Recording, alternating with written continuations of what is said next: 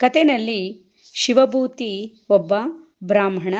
ಆತ ತೀರ್ಥಯಾತ್ರೆಗೆ ಹೋಗ್ತಾ ಇರುವಾಗ ಹಸಿವಾಗಿ ಬಾಯಾರಿಕೆಯಾಗಿ ನೀರು ಕುಡಿಬೇಕು ಅಂತ ತನ್ನ ಕೈಯಲ್ಲಿದ್ದಂತಹ ಕಳಶ ಗಿಂಡಿ, ಅಂದ್ರೆ ಈ ಕಾಲಕ್ಕೆ ನಾವೊಂದು ಚಿಕ್ಕ ಋಷಿಗಳ ಹತ್ರ ಇರುವಂತ ಪಾಟ್ ಅಂತ ಇಟ್ಕೊಳ್ಳೋಣ, ಋಷಿಗಳ ಕೈಯಲ್ಲಿರುತ್ತೆ ಆ ಥರ ಕಳಶ ಗಿಂಡಿಯನ್ನ ಬಾವಿಗೆ ಬಿಡ್ತಾನೆ.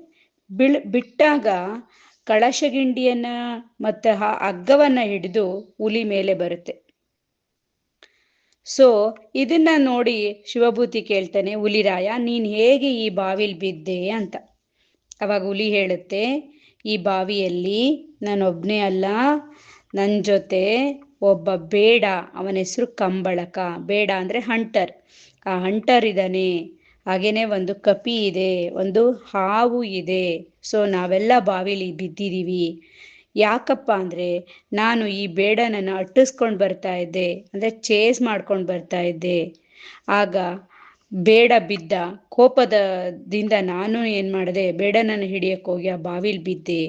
ಸೊ ನೀನೇನ್ ಮಾಡು, ನನ್ನನ್ನು ಮಾತ್ರ ಬದುಕಿಸು, ಈ ಬೇಡನನ್ನ ಬದುಕಿಸ್ಬೇಡ.